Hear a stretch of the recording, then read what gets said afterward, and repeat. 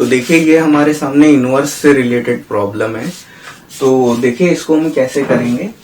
तो देखिए जो हम कॉस इनवर्स एक्स की जो हम रेंज जानते हैं वो कहां से कहां तक लाई करता है। आपका x बिलोंग्स टू 0 टू पाई, या हम इसी को एक और तरीके से हम ये लिख सकते हैं कि ये आपका x ग्रेटर देन और equal to 0 but less than और equal to pi.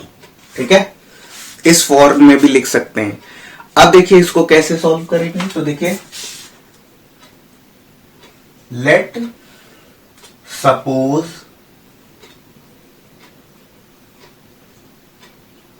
Cos inverse 1/2 equal to x। ठीक है, अब देखिए अब यहां से अगर हम कॉस इनवर्स अगर हमें हटाना है तो अब क्या हो जाएगा, हम इसे लिख सकते हैं यहां पर cos x इक्वल्स टू 1/2 और ये आपका cos x is equal to ये आपका क्या हो जाएगा cos। अब देखिए cos की टेबल में 1/2 किसकी वैल्यू होती है 60 डिग्री की। cos की टेबल में 1/2 किसकी वैल्यू होती है 60 डिग्री की। तो हम इसको लिख सकते हैं 60 डिग्री को हम लिख सकते हैं π/3। तो यहां से क्या हो जाएगा, x आपका क्या हो जाएगा π/3 हो जाएगा। ये आपका x आ गया है आपका π/3। और देखिए हमने किसको माना था, cos इनवर्स 1/2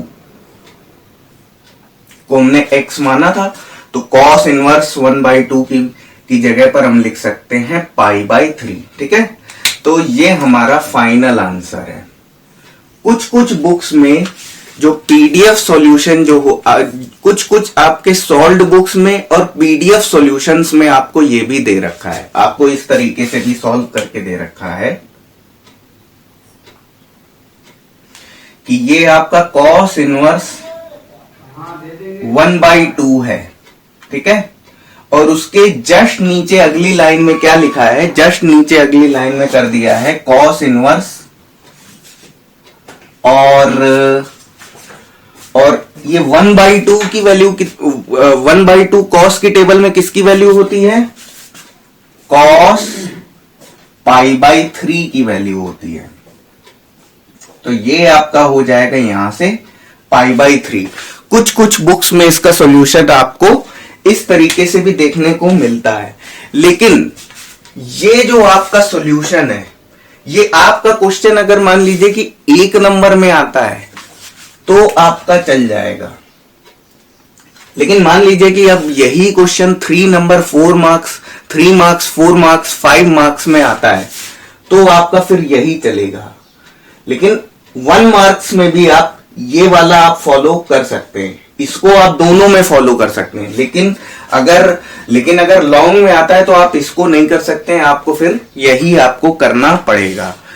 और इसमें एक चीज ध्यान रखने वाली बात ये भी होती है, इस क्वेश्चन में ये भी ध्यान रखना होता है कि ये जो भी वैल्यू यहां पर हम लिख रहे हैं, कॉस की टेबल से जो भी वैल्यू हम उठा करके लिख रहे हैं, ये पर्टिकुलर एक प्रिंसिपल रेंज में डिफाइंड करनी चाहिए। जो हमारे इनवर्स ट्रिग्नोमेट्रिक फंक्शंस की जो प्रिंसिपल रेंज होती है उसमें लाई करना चाहिए, तभी हम इसको लिख सकते हैं। तो इतना पोर्शन आप लोग नोट डाउन कर लीजिए।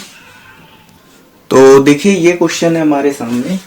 तो यहां पर आपका फंक्शन जो है tan इनवर्स के फॉर्म में, tan इनवर्स x टाइप का हमारा है फंक्शन। तो देखिए इसको हम कैसे करेंगे। आपका जो x है वो कहां से कहां तक लाई कर रहा है, ये आपका लाई कर रहा है -π/2 से π/2 तक। ठीक है, तो क्या हो जाएगा, लेट सपोज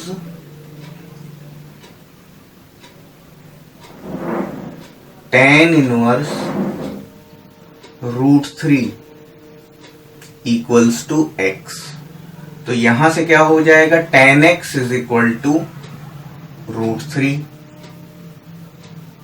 अब इसे मैं क्या लिख सकता हूं, tan x is equal to tan π/3।